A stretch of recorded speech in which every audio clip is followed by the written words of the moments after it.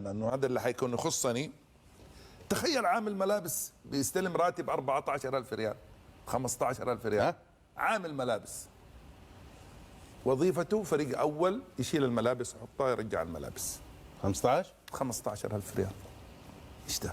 هذه حقيقه ترى. إيه؟ انا ما بدي اطلع، لا انا ما بقول لك ايش الا البلاوي اللي موجوده. الله يعين حاتم، الله يعين الاداره القائمه، الله يعين الوزاره، لانه الموضوع كبر وكنا نحذر منه. تخيل اقول لك انا لما اتفاجات لما اشوف الجهاز حقي واشوف الاجهزه الفنيه والاداريه، لقيت عامل ملابس براتب 15,000 ريال. معقوله في كده؟ يعني اقل 3,000 4,000 5,000 15. الجنسيه مغربيه ولسه جديد، يعني له ارث في نادي الوحده، انك تدي له راتب مثلا. تقول واحد متقاعد كبير خدم نادي الوحده 30 سنه.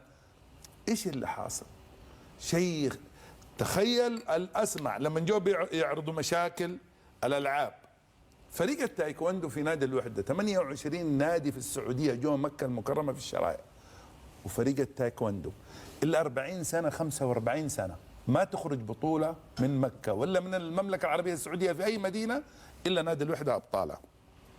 تخيل انك ما تشارك، ظروف ماليه ما فيش، اللعبه ما فيش، شبه ملغيه، المستثمر مو راضي يقول لك عليهم ديون وعليهم شيء غريب. ماشي. خلينا نناظر قدام وبتفاؤل.